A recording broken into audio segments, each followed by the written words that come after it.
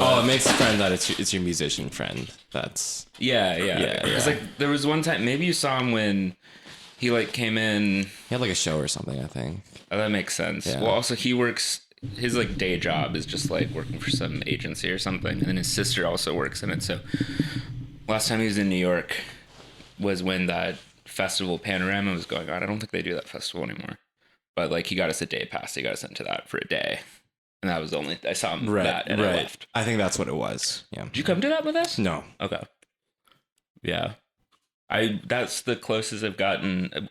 We took a little special shuttle back to the train or something, and Zoe Kravitz was in the car with us. Is this when you saw A$AP Rocky? Yeah, we saw him from a distance too. And you remarked on the skin. Yeah, it was even from like 100 feet. I was like, God, man. A man known for his great complexion. Really wow, you were ahead skin. of the curve. You were 3 degrees separated from Rihanna now or something. From who? Rihanna. Oh. I mean, if we count seeing A$AP Rocky from 100 feet. I think I'm like 1 degree of like surely A$AP Rocky has met Rihanna or been in the same room. Actually, the same guy who snuck me into Governor's Ball one year in the back of the ice cream truck that he worked for. His ice cream truck worked some festival that was like A$AP's big break. Oh my God. Like a few years before, so before they were big. This is we have another connection who works at ice cream trucks at festivals. Yeah, for real. When did you stop doing that? 2016. Okay. What company were you with? I was at Ben and Jerry's. My friend was Cool House. Wow. I don't know. Fight. That's some small club shit. Fight. Yeah, Ben and Jerry's is like international though, you know. Yeah, Ben & Jerry's invented BDS. Yeah, exactly. Ben and Jerry's global national threat. Well, they cut this for the cold open. This is when the listeners are going to be like, oh my God, they're industry plants. What part about it? Because of our degrees of separation from A$AP Rocky. Oh, I thought you meant Ben & Jerry's. And Ben & Jerry's. And the ice cream. And Ben & Jerry, yeah. Right. Big ice cream. It's Alex!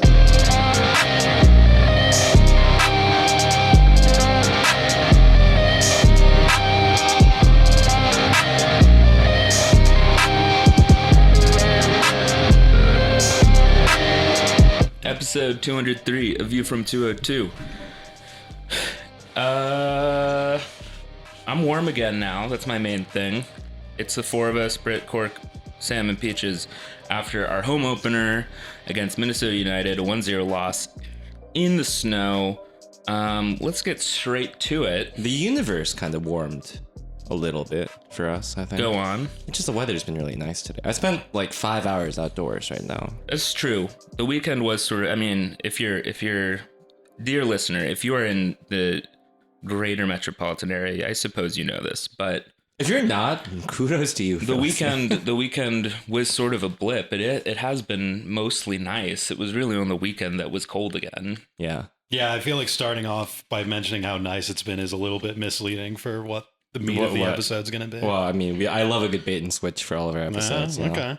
Yeah, like when you said the opposite goal or like the wrong goal that happened last week. That was a good bait and switch on me personally. But I did actually, I mean, I knew it was going to be cold. I prepared decently well. Got my long johns on because, you know, but I thought it was like I was going for the marathon rather than the sprint, right? Because even like when it's not that cold, just over time, you get a little frozen. Mm-hmm. But then I didn't realize it was gonna like snow. I mean, it didn't stick or anything, but still, it was like a little bit of a.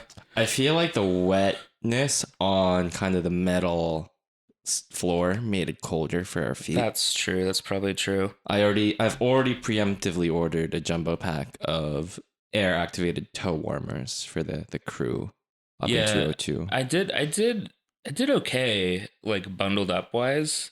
It was only towards the end that I realized my entire left toe was numb. I was worried I was going to get Matt Turner. Yeah, I was like, I'm going to go out like Matt Turner. The feet are always what get you in those like long cold ones. And I fucked up because I said I was going to have like a couple layers of socks on and then I just had regular socks and like canvas shoes. And luckily for us, struggling a bit. We did have some meat sweats going to keep us warm. That's true. Although, I don't know, hopefully that's not like a paradoxical thing. Like, you know how it's like a myth that like getting drunk doesn't actually help you stay warmer. You just Right. feel warmer. Hopefully that's not how the meat sweats And it's works. like you put more energy into like the digestion of the meat sweats, so you don't actually get the warmth of Right. other energy or something. Do you Honestly- like literally sweat from the meat sweats? No, I didn't get a meat sweat Oh, going. okay. We got there late. I actually started building it towards like the second half, which is why I didn't get up and like move around to like warm my toes, because I was like, I'm kind of uncomfortable Yeah. from digestion. But Luna's complaining now because she's like, I want to have meat sweats. Mm-hmm. But for context, so we did go get rodizio in Ironbound before the match. Met up with some podcast Super League colleagues, rivals, competitors. in case and, people were friends wondering of. why Luquinhas didn't get more minutes, it's because he came to our table every 5 minutes with a big spit of meat, Mhm. asking us if we wanted it, and then we were like, yes. Yeah, a little piece. repeatedly, yeah. So is rodizio like?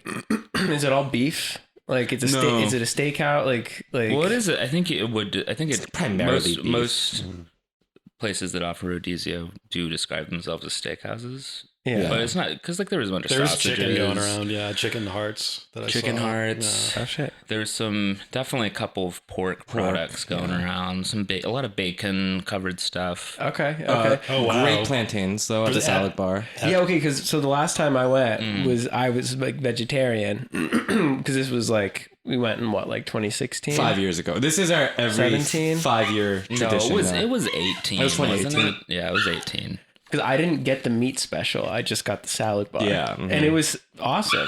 So many options. That was the meal that I got just trying to be bootleg when I was at Rodizio for 15 minutes yesterday. I ended up I made it like a rush. I hope the owners of Brasilia in Newark are not listening to this because they'll slap me with a suit. But We'll give you different glasses so you Yeah, can pretend to be a exactly. different bald person. But I got there and I said, I kind of plotted my move and I was like, there's an extra plate here. I might just run for the salad bar and just get some shit and just have a little like salad before I go to the arena. And then I realized when I got back to the table with shit on my plate that I didn't have a roll of silverware because I wasn't part of the thing. Luckily though, there was like one big like iceberg piece of lettuce that I got a couple of scoops out of, but then hand went out of salad. commission. Wow. Yeah. Nice. You're very trendy, a nice lettuce wrap for everything. You're It was an eco-friendly dash very meal. gluten-free. Wow. No plastic Yeah. going into the system. Nothing. This feels like a episode out of the Adrian Lewis meat. What is it called? The meat palace or whatever. Yeah, something like that. Where where like the English managers lunch club or whatever they call it, and then you're out there with the canny little tricks. Luis Felipe Scolari types Yeah. are the ones who are going, yeah, take your fucking chicken hearts. Yeah. Like, And meanwhile, Cork, but you're it's just sitting there. fucking trucks. Right. Portuguese. So you silly man. I can't say that, right? I haven't heard that. What's the line? Yeah, I haven't heard that. You All right. stupid man. You know Sorry, what I found? There's like 4 different threads we just threw out there at once. I But do find it a little regrettable that we didn't get to the dessert cart. I didn't see the dessert card at Yeah. all. Oh no. Yeah. I don't know what was going on. I think we were kind of like in a weird lull in service too. yeah. Okay, fair. So, It was crowded. yeah, it's true. And our table had already refused a few at the time, so Yeah, I was gonna say I could have been more aggressive. I was trying to be, normal Vibing, and yeah. like polite and like not look like a fiend. But like once the bill hit, I was like, "Fuck, man! I gotta try to get a couple of these guys over here. I gotta get some more stuff." I was like, "This is." I gotta hit a devious lick. I did not eat this much meat. I need one of you come over here. Just fucking give me one. But it was delicious, and Shout out. Someone was like, "Hey, can you just send the picanha over for a little bit?" And then they did, and I was like, "Okay, that's kind of like why I'm here." So shout out them. the Maduros were good. I don't know if they call them Maduros in Portuguese or not, but do recommend. Maduraos, Yeah, exactly. That's my understanding of Portuguese. Madurinos. So that part of the returning to RBA was great. There's a new building or two that's been built in the in what do they call it? The Riverbend district, technically. Yes. Right outside of RBA. Tempe, New Jersey. Exactly. Scottsdale, New Jersey. Yeah, or what's it in Kevin Finnerty, the Costa Mesa. Mesa, yeah. The place where all the Peter Gibbons of Newark Another live. set of 5/1s. That's a great shout. Just the like imagining the scene where all the times where they just like walk through a random field Yeah, exactly. in Office Space. That is very much the vibe to the Harrison Riverbend. yeah. Had a lovely pedestrian experience crossing the on-ramp to get onto the bridge from Newark. We love the engineering technical standards of the United States of America, don't we, folks? But yeah, there's actually a restaurant bar at the corner. Is that new? I think it's new. Yeah, and I was hadn't shocked seen to that see before. it like open. Yeah, it was called. I couldn't tell if it was a J or an F though. If it was Joy it's or some like Foya, Spanish. Yeah. or like Portuguese. I was gonna say it looks a Yeah. little fussy. Right. It looked a little. Well, we just have to ruffle some feathers then. know. How about that? It looked a little frustratingly expensive, Yeah. which was the problem with Katas. If Yeah. anyone listening ever went to Katas, it was kind of a weird pregame place because it was trying to be like sort of expensive and fancy, and it was not a perfect Yeah, I don't mix. really want to pay $9 for Tatas Bravas right now. Right. Oh yeah. So, I don't know. It does look kind of small, but like raising my hopes that maybe there'll be another restaurant or two, or like when some of this building gets finished, because there's something else under works, that we'll have a couple options there. Because I think that would change things pretty significantly for the better. Just to have somewhere on that side of the river you can just hang out. Yeah, Instead just of, like a hub to hang out instead of going straight to the train. yeah. Well, yeah, more people would be for sure. Like Right. crossing the bridge is such a big mental. It's all. I mean, and Yeah. also like it's just It is fucking literally dangerous far. when Yeah, you that- like have to yeah. cross those off. I mean, on and off ramps too. Look, soon our listeners will be able to come to the View from 202 pop-up illegal pojangmatcha that I create at RBA featuring various Korean liquors. Ooh, okay. Yeah. Are you gonna post up next to the $5 hats and Right, no, but it'll be like there'll be like guitar boiling guy? liquids and like fish cakes inside of it and stuff, and like Oh. some of those spiral potato twisters, just Yeah. classic Korean street food. delicious, ideal. Or we can open a lasagna food truck. Jesus Christ. No. Jesus Christ. You know what they should? They should fucking pay hand over fist. Fuck DPs. Fuck all of that. Take all of the DP budget and give it to Tacos Numero Uno. If there was a Tacos Numero Uno outside the stadium, in the stadium, I would fucking lose my mind. I would use the New York Red Bulls app to skip the line. Yeah.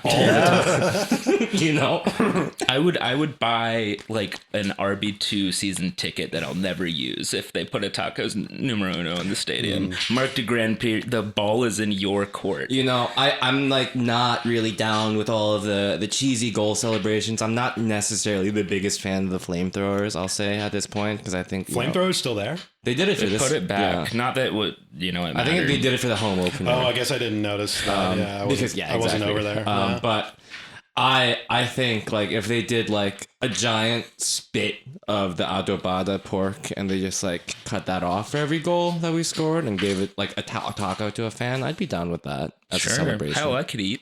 Yeah. That's gonna be the motto for the season, hopefully. we got some of the hot chocolate. We did. Oh, we how were was one that? of the first 2,000 fans. It was pretty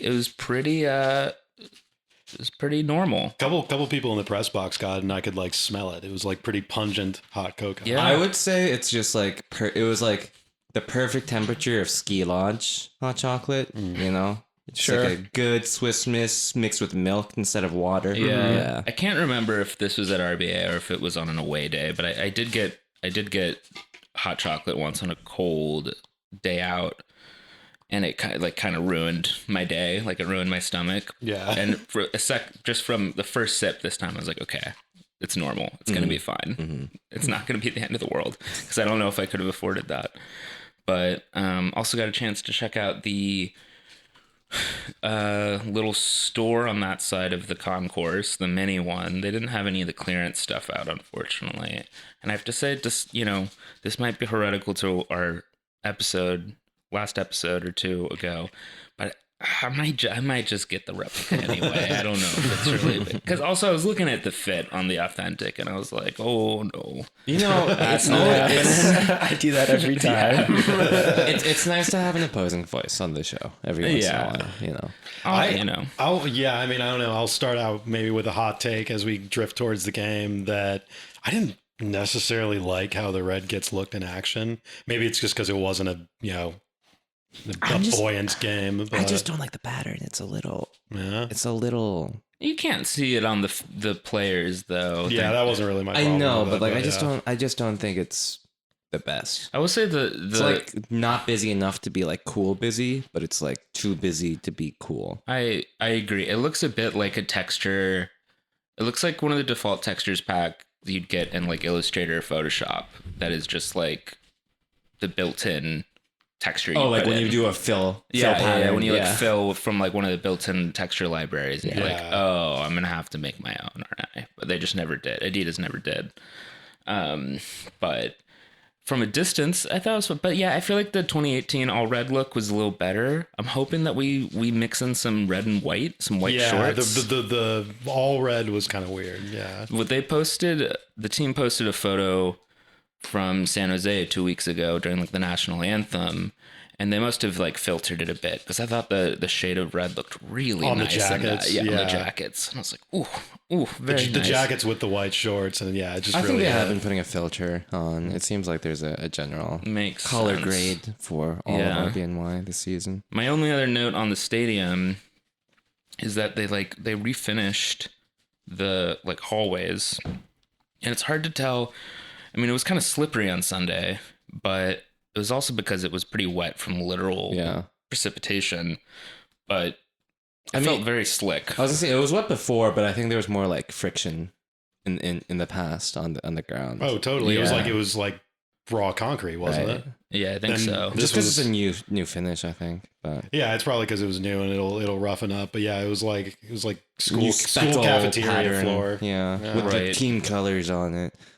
But I thought that the graphics package, it was like if it was a team with less talented graphical artists, wouldn't be able to pull off. But I feel like we have a good enough and professional enough, like DC United wouldn't, or like Philly Union wouldn't have been able to pull off the type of graphics package on the jumbotrons. Talking about the jumbotrons. Yeah, Well, some of that they rolled out some of that last year. yeah. Although I will say they still need to. I think they're still a little enamored with all the different things and they can do, little bells and whistles, and haven't really thought it through yet because they do the thing in warm-ups where they'll just pick a player to put the camera on, pretty normal, but then they like just auto generate the little stat box next to them. So one that was lingering on forever was Ryan Mara, and then they'd like picked up his little stat box, and it wasn't even his career stats, it was like this season stats. So it was just 0 0 0 0 0, and I was like, guys, maybe I don't think you really thought that through, you Or know? come up with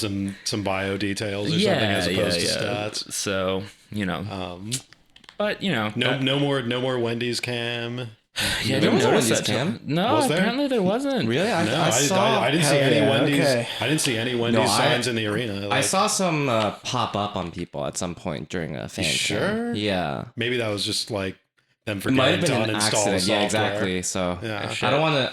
Yeah, I don't want to snitch on a scandal if that's the case. I might bleep that out. Wendy's has actually been sanctioned by. Wendy's still operates in Russia. Yeah, exactly. That's really made Luna upset. Mm-hmm. You have to deal with it. Sorry. You can't buy Wendy's in Russia, Luna. No Wendy's. No for Moscow you. Wendy's. Yeah. But yeah, I guess let's get to the game itself. I think this is a kind of familiar game. I think we've seen this kind of thing before, you know? I think it's kind of a gut check for the team is my read, but it's a 0-1 loss to Minnesota. And I guess my brief synopsis is that I think, we were all over them for the first 30 minutes, missed the penalty, a little bit on the back foot, but I think still until, about 70 minutes of the game I think the Red Bulls really in charge and dictating the pace of play and generating most chances. And then Minnesota kind of effectively kills it out the last 20 minutes. So I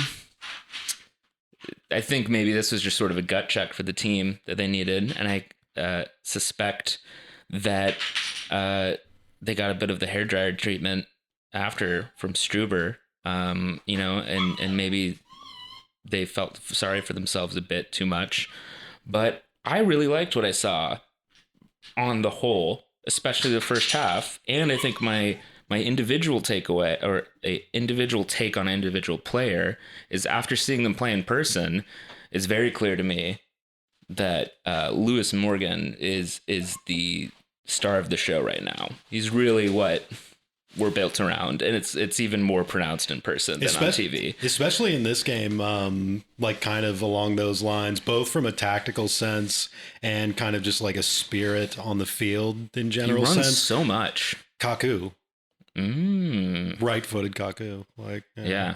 I see that. Dribbles more than Kaku, though. A little bit, Yeah. yeah, which is interesting, yeah.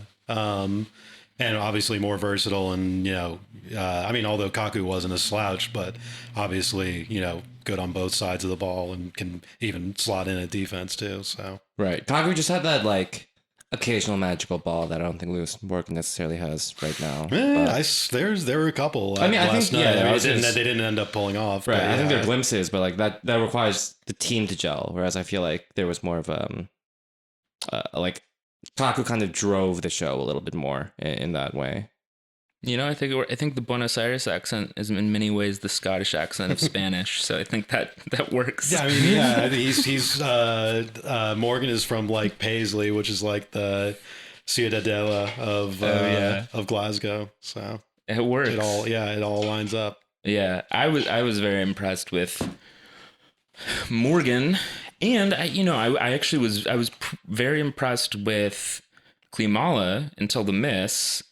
And no two ways about it. The penalty was pretty poor. But until then, he was really facilitating so much, very similar to what we saw in San Jose, in my opinion. And then after the miss, I think he is just a little mentally out of it. He could have been more out of it, I will say. He still was kind of active in the buildup and what we were doing, but I think he just sort of seemed to switch off a bit. He wasn't as intense and like kind of like remonstrating with teammates and stuff as he usually is. Yeah. After the penalty, especially. It felt like he's taking that. It was really, I don't know. There were a few moments where like immediately after the penalty, it seemed like he was being really antagonistic to other Minnesota players. It seemed like he was like using that energy he would have otherwise used to be like, as vocal or like visually like, like active as he is with his teammates. He was using it again, on the Minnesota players, like chippy fouls, like chatting all the way into the tunnel at halftime. I didn't see that. That's interesting. Yeah. So it just seems like, and it's just a reminder that he's a 23-year-old. Like he's just like a young guy, and he's like, so some of that like mental, like not resiliency, but like some of the like, just like, I don't know. He's definitely strong-headed. Like he's got that striker personality. Totally, Like, and and when he uses it in a good way, it's amazing to see. But there was moments at the end of the first half that were concerning. I wouldn't even say it's like he's weak mentally. It was just kind of a lapse a little bit, and then a lapse in confidence almost, and then like if you feel insecure for a little bit, that I feel like that's how you might react, and then you don't really regain control. But overall, the way that the flow of the game went, I think, given both the weather, which obviously affects the field conditions, and then also kind of the trend of officiating across the game made everyone lose confidence as they were playing, just because they were picking up more fouls and they were getting more frustrated. And, in my sense, the fouls were a little bit softer as the match went on, because I feel like there was more that was let go in the first half, and that really benefited us. But I think we kind of lost a sense of where we can go. And then once you get a foul called on you, you get frustrated, and then you lose your rhythm. And then, things get derailed a lot in that way. Especially chasing a game. Right. It's like that one cog that sets off a lot of other stuff. Right? I feel like that phenomenon was most pronounced in the midfield, but I do think it affected Klimala a lot too. We're over I think the ref was letting him play. And then I think the ref somewhat consistently, to an extent, got more strict. Like it wasn't Like he tightened up like throughout the game. second half was not consistent with the first half overall, but it was sort of a gradual tightening up of the game. That the frustrating part was that we as a team did not adjust well to that. And then for the last 15 minutes of the game, Minnesota was just baiting us really effectively into fouls, which is frustrating because we just got a little frustrated. But then, because you saw in that first 30 minutes, we were creating space so well out of like these going strong into challenges, or like Drew turned a guy like 2 or 3 times. He was having a monster half. And Frankie as well was having a really good half, just creating space and winning tackles and getting stuck in. And then we lost that and got a little tentative, and I think their feet got a little colder too. And that definitely happened with Klimala, where first 35 minutes, I felt really confident every time the ball was in the air. Second half, I was like, oh boy, there's gonna be a foul here. Yeah. Especially in the second half, like every player seemed to have a moment where they like slipped on the ball or something, or like lost their touch or lost their handle or whatever. And it's maybe their feet got cold and like less kind of like used to playing the ball. But I think what you said a minute ago there, Brit, was true, that I think you're seeing a lot more this year in general, and the team capitalized it more in the San Jose and Toronto games. But you're seeing just running into midfield space more. We're stretching opponents around to the extent where they have their central defensive midfield stretched from their back line, and we're running into that space way more. I think part of that is that, Amaya is way more, I mean, it's already just like he's already kind of a different player profile in general from Davis, but he looks so much more confident this year than he was last year. And just, carrying, and just, he's deceptively fast on the ball. I mean, it's been, kind of striking. And you can definitely see that and I like to imagine is what Struber is doing by design to create those kind of transitions where their, kind of defensive block, or the opponent's defensive block, is stretched out and discombobulated, and we're actually taking advantage of it now. Whereas last year it would, like we've talked about, would just kind of get circled around and eventually end up at the fullbacks, and, just not much would happen and the defense would get set. I don't think you're seeing that as much this year. We're actually pouncing on those opportunities, and it seems like you can see the pressing structure that Struber is putting in place, and kind of tweaking the lineup for week to week, tweaking the formation week to week, is actually getting results. It's not that this game, this 1-0 loss against Minnesota was not like one of the 1-0 losses at home to like Cincinnati last year, or like going back to the Armas era, where the team just looked flat the entire time and never, looked like they are actually going to, take initiative on any chances that they got. Yeah. Whereas this year it was just, or this game last night was just running into like an insane goalie performance. Yeah. Well, I mean, look, I think we have a lot of dribblers on this team now too. A lot of guys want to carry the ball. I think we're doing that more in the midfield. Like Drew does that, Amaya does that. I mean, like even Omir picks up and turns around. Morgan definitely does that.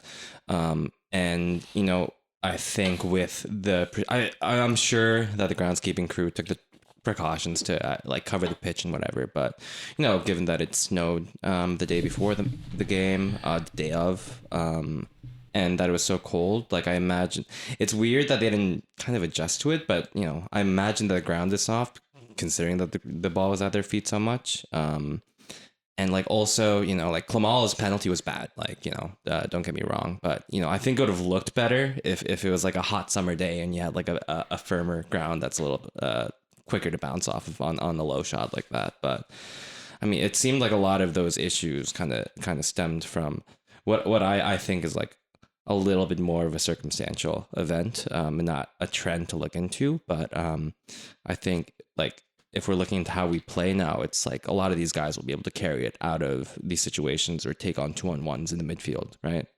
Yeah, I think even with the field and the weather, they still played well enough to score multiple times, and in a way it's almost like when they called the penalty, obviously you always take a penalty, but I think if they had not reviewed it, and we just kept playing, we probably would have scored within 5 or 10 minutes after that anyway. In a sense, it was sort of it kind of turned it into a crucible a bit, where like that, by having a penalty gives you opportunity to miss it and maybe take yourself a little mentally out of the game. Whereas missing a chance in the run of play, I think, is probably less like that. So it kind of like failed that binary switch there. But, that said, we still had plenty of chances to go ahead and looked really strong overall. And yeah, I'm not too concerned about the way they set up. I mean, I think we were definitely asserting ourselves. And at one point in the first half, I said, you know what? I'm calling it. I feel like we're back. It feels like we're back. And Kate actually was like, Brit, shut up. You're jinxing us. Which I suppose on the day she ended up being right. But in general, I know. I feel pretty good about it. I'm like, it looks like the team has a plan that they're executing. This was sort of a gut check thing. And after the game, actually, Alex suggested or compared this maybe to like the RSL game in 2018. But I think maybe another one that could be a fit, because I think that was an away game. So a better comparison is, I think the only loss at home we had in 2018 was that kind of random 2-0 loss to Chicago, where Richard Sanchez, right, and stood on his head a bit. And I actually think that this Minnesota guy didn't even do nearly as well as Sanchez did in that game. And then we kind of scored. I think didn't we miss a penalty in that game too? And then Chicago scored. That sounds right. Like Royer missed it. Yeah, that sounds kind of right. Yeah. So it kind of felt like a similar vibe to that, and that was a pretty warm day too, I think. So that's kind of the temperature check I'm getting on this game. I had to fight my urge to emphasize a Royer penalty miss because I have no more qualms with him. He's gone. It's my natural instinct. We saw Edwards again this match, or I guess for the first time. He was a sub last match. Okay. Yeah. And I feel like coming out of the second half, there was a bit of a direction that we seemed to go out there with the intention of having him direct play more a little bit from that right center back position that I thought was sort of interesting. And maybe that plan kind of got interrupted by the goal we conceded. But I think that was like an interesting wrinkle that we could have seen more of. The goal itself, very annoying, very frustrating. I mean, it's like it feels like it came from nothing. It's so annoying for felt like the only way they were going to score, and they did. You kind of felt like what is going to happen that way, and it's also so annoying for our players to slip on the ball so often and then have their guy hit a clean volley first time. It's like, fuck's sake. Can't we do that? Struber had some interesting comments post game that I think line up with what you saw on the field, where both he made the point. He didn't necessarily put it in these terms, so I'll do this for him, being the shill that I am. That obviously the goal was given up on the second ball from a set piece, where the team was discombobulated and you just throw a ball in there, and sometimes it can end up, at a guy's feet and they can volley it in like that. But that's probably like the least area of concern at the start of the season you could possibly have, because that's so clearly a thing that's a product of just a team gelling over time and coaching and just getting better drilled and stuff like that. And it's something that, you kind of, you don't expect it to happen and you don't accept it happening at the start of the season, but it's still something that is a little more, you'll see more in the early part of the season before things get more engineered as time goes on. Mm-hmm. Yeah. Go ahead. I was just saying, it just sucks that it takes if you take the context of just this game, it does take a big part of kind of where the momentum and rhythm of this game went. But yeah, like you're saying, like it's not in most circumstances, like maybe he just dives the other way, or like Klimala does a stutter like he sometimes does and just like sends him one way. But yeah, I think like missing a penalty, like every penalty taker misses penalties, right? But like there is like an outsized importance of that penalty within this game. Unfortunately, I think given the fact that it came late and the timing and the way that we were playing. Wait, are you talking about the penalty like shout at the end? No, the first one, like the one that Klimala missed, or didn't miss, but like, the one was saved. That penalty in itself, it sucks that miss was big for this game, but like overall in the You're, season. you're There's saying nothing- that you're saying that it's like part of that early season jitters thing, like kind of, but there's nothing to read into like for that. Like it's not that he's overall a bad penalty taker because of that kick. I will say he needs. I think the first 200 minutes or so of this season are, on the whole, a pretty good snapshot of the quality player Patrick Klimala is in general. I think just the way that he created things, both in San Jose and in Toronto, very textbook examples of his strengths, and you can see he's a solid player. Simultaneously, I think he really does kind of need a goal right now, just to I don't know, get off the mark a bit. Like, he's like somebody. He needs. It'd be really nice for him to put away a chance like the couple that he had in Toronto. Just like something 1-on-1, simple. Because I think he just kind of needs it to get over it, just to get over the hump a bit. I don't even think like, oh, he'll score a ton once he does it, but like he just creates so much. He's due one, or he's owned one. Yeah. That it would be nice just to get to bag. It also hasn't been that long clean since he one. scored, so I don't like. Right. Yeah. But the other thing I was saying, besides the fact that you concede on the second ball of a set piece, is like the least worry that you could have, as far as having a kind of soft spot early in the season. The other thing that Struber said post game that was interesting was that, and I think again this lined up with what you saw on the field, that the team was facing a packed bunkering defense that had a lead, but breaking lines in possession and just generally looking more coherent in possession and having, kind of a purpose to the balls they were playing. Morgan was actually penetrating to the byline. Dylan Nealis was penetrating to the byline sometimes.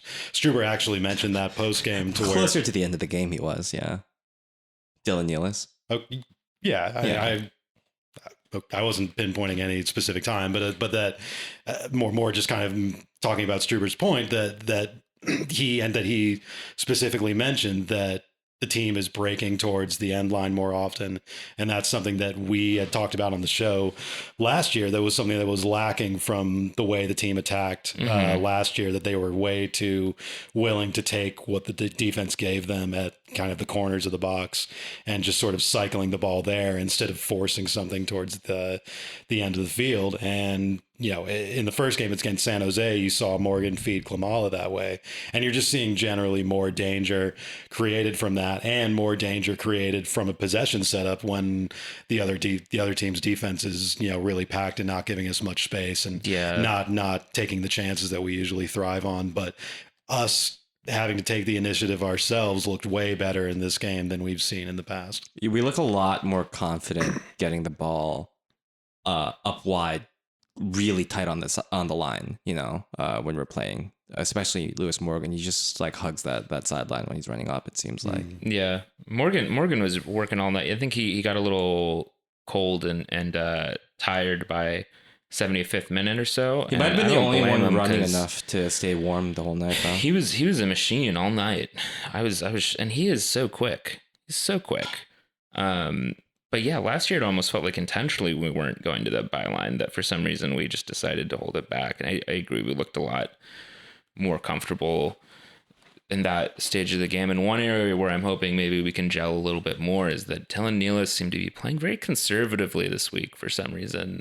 Maybe it's just happenstance or maybe it was part of the tactical plan, but there are a couple of sequences where I was just kept on being like go, you can commit or you can dive in more to that a bit, but he seemed to be playing very conservatively, I guess, for lack of another word, that I would hope maybe over time he gets a little bit more comfortable, maybe mixing in a little bit, because I think there are a couple moments of hesitation between him, Morgan, and Klimala. I think on the right were really kind of creating trouble and danger and nervousness among Minnesota, and it felt like sometimes you were just like one bit of daring or strong challenge or final ball away from slicing them apart. And maybe that comes later in the season.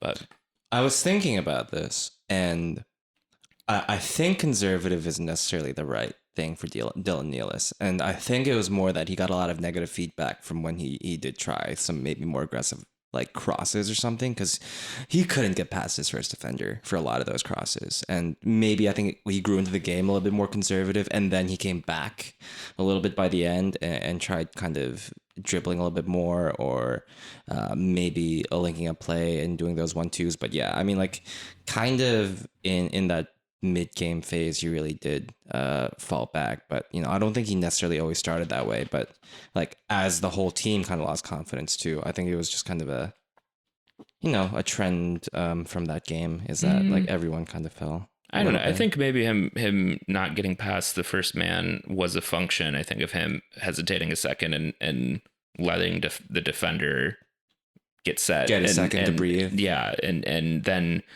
making. Yeah, I mean, if you're saying he just couldn't beat his man, you're just saying he's a bad player. Or, yeah. I mean, this is we're talking. I mean, about I'm very unpleased with his performance, honestly, but I don't think he's a bad player. I'm just because I think you can see in his game so far that he's got a bit of pace and he's got a bit of a sprint on him, agility.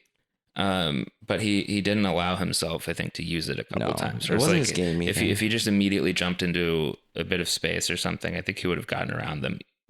But he often waited a bit until it was much harder to do that.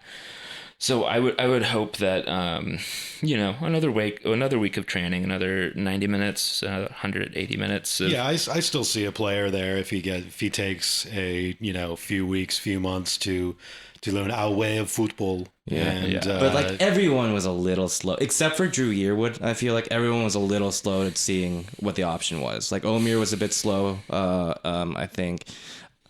Lewis Morgan, despite him working hard, was a bit slow to see some runs. I don't know if I even necessarily saw that. I mean, that's kind of what I was talking about earlier, where like the possession kind of flowed.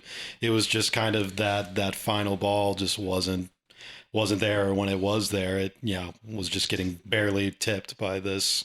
I disagree in that I think it was just not fast enough. Like I think that there were a lot of options that people missed, and it was just because, like Brit was saying, like we had a lot of people on the team hesitating. I think a lot of it has to do with the fact that everyone literally had cold feet, and no one can get like a good touch if you can't feel your toes. Well, I don't know if that's what I mean, I think we were flowing on the whole. I think that we had a couple players like Nealis who were hesitating towards the end, and then we were slipping. But I attribute. I don't think our offense, when we had possession, we weren't flowing. I disagree with that. No, I think we were. And then, especially in the first half, we were bottling up Minnesota in their own third in a very similar way to the way we did in San Jose. I think that was creating a lot of good situations. And I think what I attribute Sunday mostly to is that middle portion of the game where I think we let the tightened up refereeing really get in our heads, and I think it was too easy for Minnesota to slow down the game by going down softly over and over again for like 30 minutes.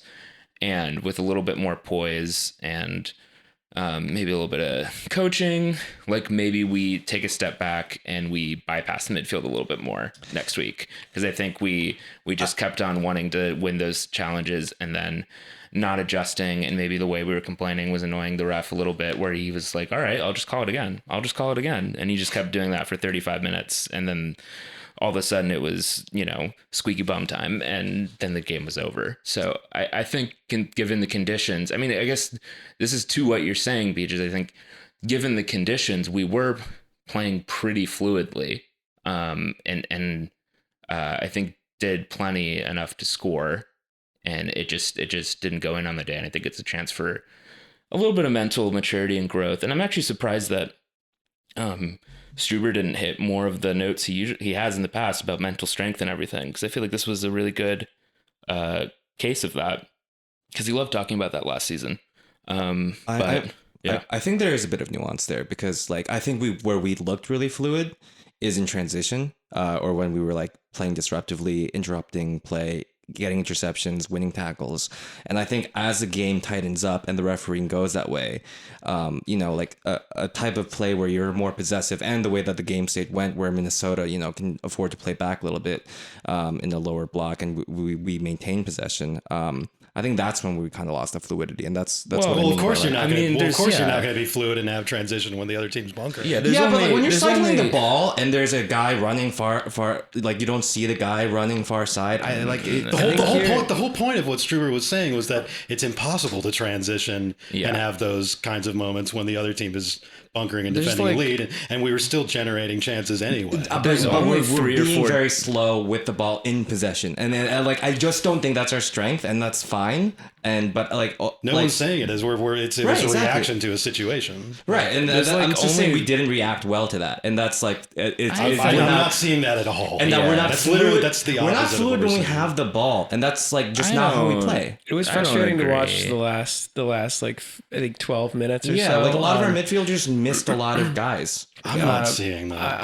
I think it was like in particular, like Tolkien was open like quite a bit Right. on our left side.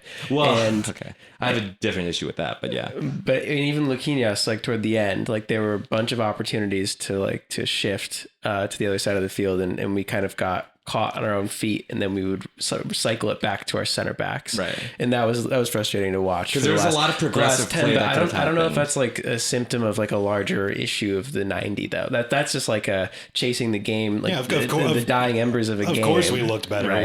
when the game was even. Yeah, Like, there's Yeah. like only 2 or 3 teams in the world that look fluid when the other team is 10 people in the box.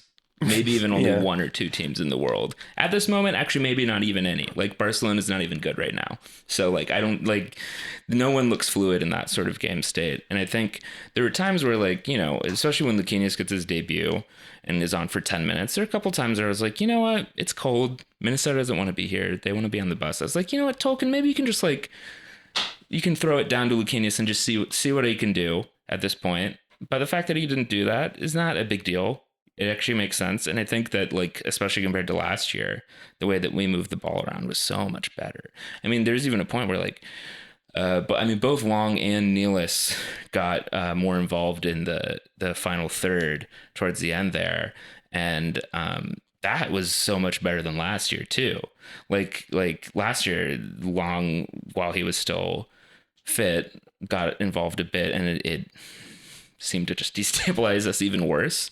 This year, I felt pretty good about it. I think, yeah, for me, it's the weather. And I think it's also just like we lost the mental edge a little bit. But I think the context for the mental edge thing for me is that I think our main opponent is ourselves there.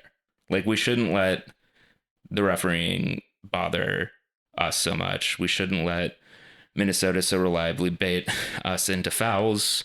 And then we shouldn't let it like if we're going to get called for that many fouls, you might as well just go full strength into all those 50-50s anyway. But we weren't. So I think it's just a gut check for the team. And I think we looked plenty fluid. And I think especially with another week of Luquinhas and then Fletcher potentially coming in, like I feel pretty good about it on the whole. I think I'm mostly triggered by the fact that we can't beat an Adrian Heath team for some reason. Oh, because like back to the Orlando days. Yeah. Oh yeah. Was he still in charge of Orlando for that big old 5-2 back in the day? Wasn't that the one he got sent off? You talking about the game where Kyle Duncan got injured and there was the call-in disaster? Yeah. That was 4-3. Oh wait, okay. Yeah. Oh yeah, that's right. 5-2 was Carlos Rivas scored on us, I think, for Orlando in 5-2. yeah, But I yeah. think there was like a red card in that one.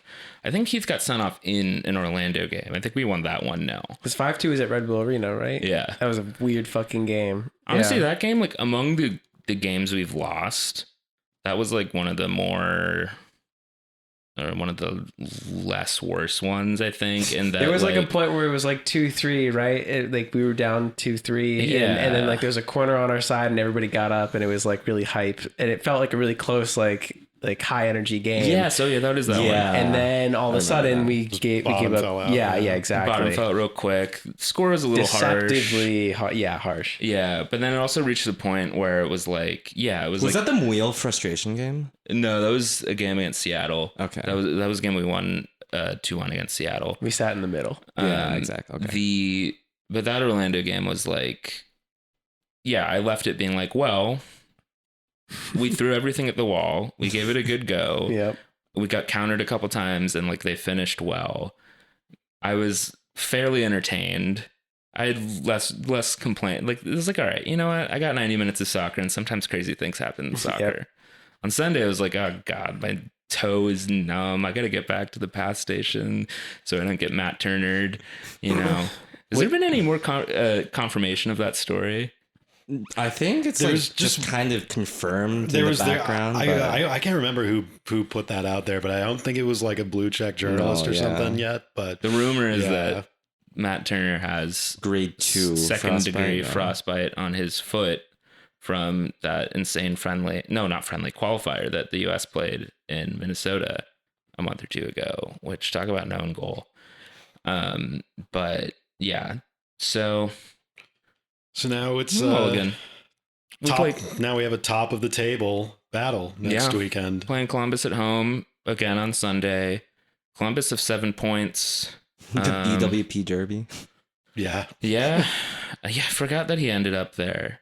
And then pointedly refused to retire there. Verbally. And it's funny, since we mentioned BWP last episode, but like there was like one bit of extra news every day last week about it. I feel like it was sort of a gradual rollout where they clarified that he did, do the signing 1 day contract thing, and then he's going to join Lade's new podcast as like permanent co-host, which, I don't know why it's named after Connor Lade, then, to be honest. Sorry, Connor. Yeah. But and I guess special assistant to the sporting director. Right. Yeah. I think he has a desk and everything, which great. And I think it's even more substantial than we even said last week, because we didn't even know. It had just been announced when we talked about it last week. So I like that. And I think I haven't listened to the first episode. Have you? Have any of you guys? No. I don't listen to any other podcast. I heard it was fairly engaging, and I think it also speaks to something we've talked to in previous episodes, where it's like there is a real gap in Red Bull's media right now, where like most other teams on their broadcast team, they have a former player who's played in the last decade or the last 2 or 3 decades. Sorry, Shep, you've not played in like 40 years or something. Doesn't really know many people involved in the game. As well, and just like the level of stories and stuff. I think you even see it comparing Harmon and Jolly against the MSG crew. Like they even have just like a little bit more familiarity and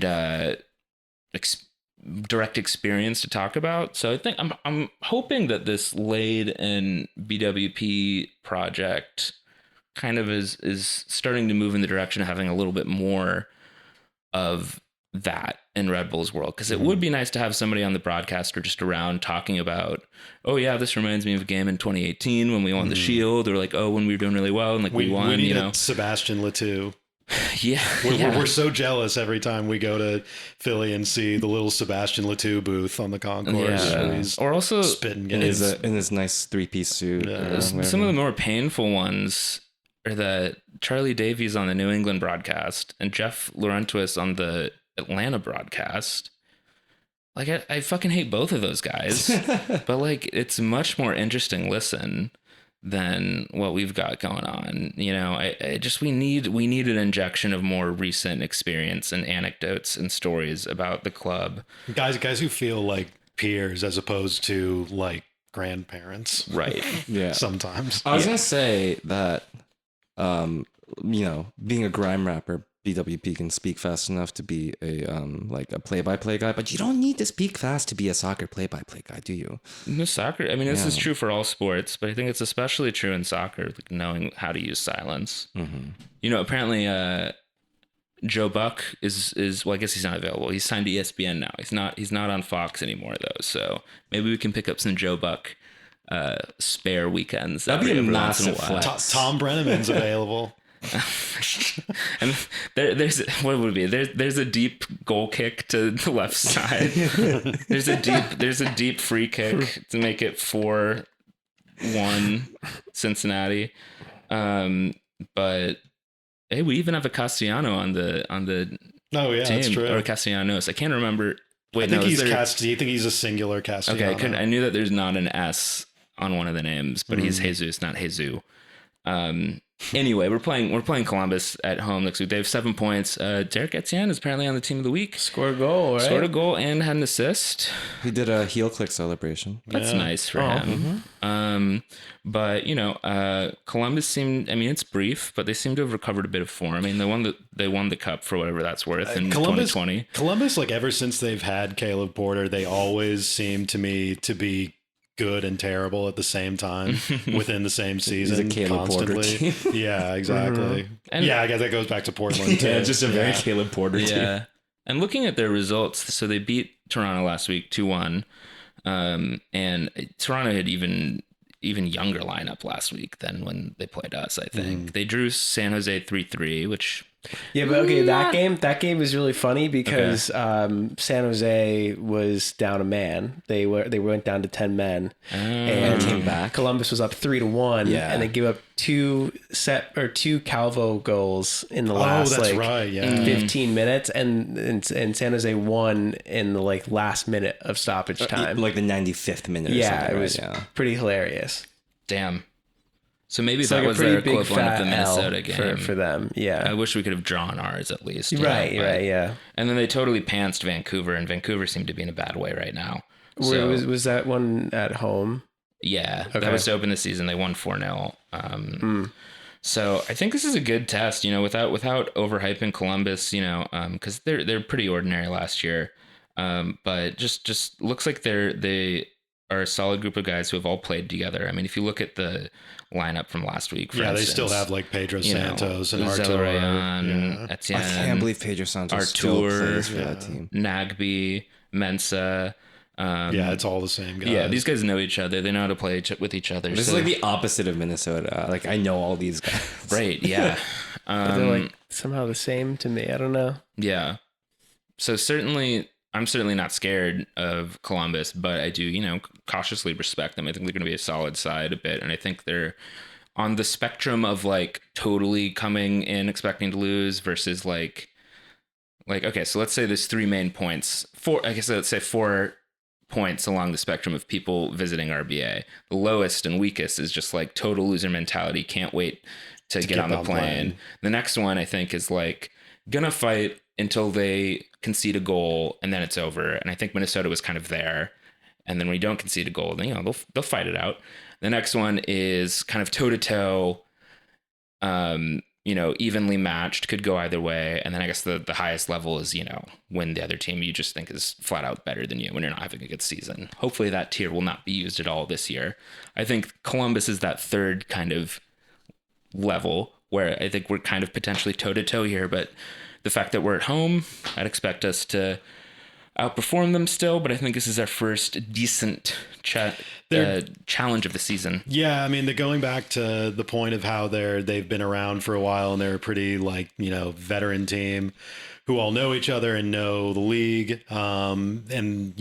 Even going back to when it was a younger team, going all the way back to when Berhalter was manager, they gave us problems even at home. And they're a team that's not going to or less likely to completely unravel and melt down if, they concede a goal or we're just pressing them really hard with a lead in the second half or something. They'll probably fight to the end and give a good test through the whole 90 minutes. They won't be like, Toronto or Chicago last year coming in here and just melting down in the second half. It's funny because they're a team that's kind of always been like that for several administrations now for us. Even in playoffs, right? We have a very strong playoffs history with Columbus too. It's kind of funny that we don't have more of beef with them, but I feel like Columbus is one of those teams I always look at. I was never know what's going to happen in this game. They're probably going to have a pretty strong showing. They always seem to, but it's funny that it's always Columbus no matter who's in charge or what. Well, I mean, the team's always been the same. Honestly, at this point, Federico Higuain should do a Tom Brady for Columbus. I'm gonna make a analogy. I feel like Columbus is sort of to us how Cleveland, I guess the Guardians now, are to the Yankees a bit, where I feel like they have a lot of back and forths and a couple big playoff series that in recent history both teams have won, but there isn't beef. Yeah. Yep. Yeah. Very well put. There you go. And baseball analogy of the week done, sorted. Speaking of which, now that baseball is back, they're going to do a bunch of double headers to make up the games. which I think is probably going to fuck up City's schedule even more, I would guess. Yeah. I would expect to hear a couple reschedules coming down the They won't pipeline even. for They them. won't even be able to go to Flushing. Yeah, like True, yeah. That's a good point. Yeah, the Mets are going to be doing double duty too. Yeah. Shit. Oh, they're gonna go back to Hartford. I hope we keep them locked out. Do you think they'll take the banner with them to Hartford? They'll get a big one for Hartford. for the loyal fans. It'd be really funny if they like took it down for Yankees games and put it back. You know what? I think there's a solid 50-50 chance that's going to happen. If I worked in the Yankees front office, I'd be like, "What the fuck is this?" Because they put it This up in is an like eyesore. they put it up in like the front of a suite or something, right? Yeah, something Like if I'm like the Jim if Beam I'm legend suite guy, the Putnam yeah. if I'm the Putnam County contractor who owns that suite, I'm like, what the fuck is this shit? I take my clients here. They don't Yeah. want this soccer shit Yeah, here. Like, get this communist stuff out of here. It's like, last year apparently there's the Yankees equipment truck got like just drove through this garage in Fenway before the door was already up and just like totally fucking broke it and got the thing stuck. And apparently it's just one married couple from Long Island who drives the Yankees equipment truck every week, and they just fucking destroyed it. So I'm just imagining him looking at this banner with that exact reaction. we know the son of a guy who makes the flags for Yankee Stadium. They switch those over every time, don't Yeah, they? they A lot do. of effort. A lot of effort. A lot of flags. Very, very make work. Very New York City tradition. I have to give that off my cap. You know, to they them. probably write a lot of that off on the game day operations costs for like the transition. Yeah, I'm sure. Yeah. So what do you want to see against Columbus? Like lineup wise, I think there's no new injuries, knock on wood. No reason to expect anyone will be out that we haven't heard of. There is reason to expect that Lucchinius might get more minutes and or Fletcher. I mean, who knows? We have to do consult our Ouija board on whether Fletcher's visa is going to get approved or not. But I don't know. Any Edwards might get more minutes. any specific personnel or changes you'd be interested to see going towards Sunday against Columbus, or just should we roll out a similar sort of thing? I think the two things that stick out to me is I just want to keep exploring the different formations that Struber is going to be playing around with. So I want to see more of a four in the back with the dime in midfield. I'm just more curious to like see how that team comes out. I mean, we're all very familiar with five in the back and how that's operated over the past, year essentially. So I'm just genuinely curious to see us play four in the back. Would love to have that happen. And then the other thing I'm just worried about is our set piece defending against De La Real. Who's just got a really good shot from outside the box. And I feel like that could be our demise if we end up conceding. I was going to say, we survived a period of when Sebastian Giovinco was in the lead, but we really didn't. We didn't at all. Really didn't, so. But I totally agree with you. Like, I think if the eventual kind of like goal and look for this team is to look in kind of that maybe 4-2-2-2 that we saw against Toronto. Maybe if that's the future, then like let's see it. If it's not, then let's see if it's not. I never thought I would ever be sitting here saying this in my entire life, but I want to see the 4-2-2-2 again. Our blog is relevant. Our title is relevant again. I would like to see that. I don't know too much. I mean, I'll have to, do my studying this week, but I don't know too much about how Columbus sets up formation wise. I assume it's kind of like a 4-2-3-1 thing still, but That's FOMOB's best guess. But who knows? That sounds like the Columbus for the past They both, 7 years. we just have wingers and two midfielders. But they're not. deeper Yeah, midfielders. they're not going to be like they're not going to be rigid and static like a Minnesota was. They're going to come out and play a little bit. I would like to think that the 4-2-2-2 against a team that they're expecting to move out a little bit more will be something that Struber wants to go with, because he always says, and he said specifically after this game when he uses like the 5-man back line, it's to, go after teams that, have the back line sitting back more. And so he can have more players in the wide areas who are just gunning for that deep part of the field. Whereas if Columbus is going to be coming out and stretching themselves more, I want to see that 4 4-4-2, 4-2-2-2-2, empty bucket, Yeah. whatever. It's horrible. It's a disgrace to football, but I would like to see us try it out a little longer. It'll be interesting to see how we do against Nagby and Artur, because those are two guys that love to keep the ball at their feet, are strong in the tackle, and we effectively feasted on Nagby a bit when he was at Atlanta, because I think as a player, he usually, I think, just sort of assumes that he can hold on to the ball and just escape pressure and then just dribble out of it a bit. It doesn't work sometimes. And then be done. But then against us, he's like, oh, fuck, what the fuck? They're still on me. Yeah. Usually they stop by now. Our tour is also very solid in that respect as well. So hopefully, maybe we can, knowing Nagby and Artur and Porter, they've been around the league for a while. They'll probably know what to expect playing us.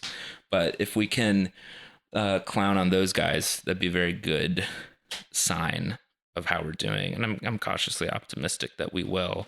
And fuck it, let's see Lucanius from the start on Sunday. Mm-hmm. Yeah, if he's had a full week of training, then he's probably going to be fine, right? He's been like working out and stuff this time. Well, I think we'll see him, but I think Struber is going to just take his time, easing him into the starting 11. I mean, that's what I presume why Edwards was the first one to come off on yesterday, was because, he's coming back from injury. So, playing him for 90 minutes and below freezing temperatures is probably not the best idea. Let's get a clean sheet, Let's get a clean sheet. Just keep it real tight. Leave the field nice and tidy. Yep. Be provocative and be organized. Really, that really is sort of the Red Bull, ethos. Be provocative. Okay. Be organized. What? This is how you get rid of the pools of blood in your stomach, Gerhard. Think about it.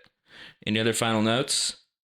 Not for this game, because, I don't want us to be in the situation for this, but I would like Aaron Long to score on one of these marauding runs. Like, he definitely almost had it this week. Yeah. Aaron Lucio. Yeah. Yeah. I mean, I got excited when that happened, but also I saw before he shot, I was like, oh, that's Aaron Long. So I feel like it sort of tempered my expectations when it got saved. I was like, yeah, I mean, okay. I was surprised when he was making that run. So, it caught me off guard to be like, oh, is that Aaron Long in the box? Which was like, yeah, that's a good run. Yeah. If I'm not expecting it, then Caleb Porter certainly hasn't. Exactly. That's so true. All right. And with that, see you next week. It's Alex!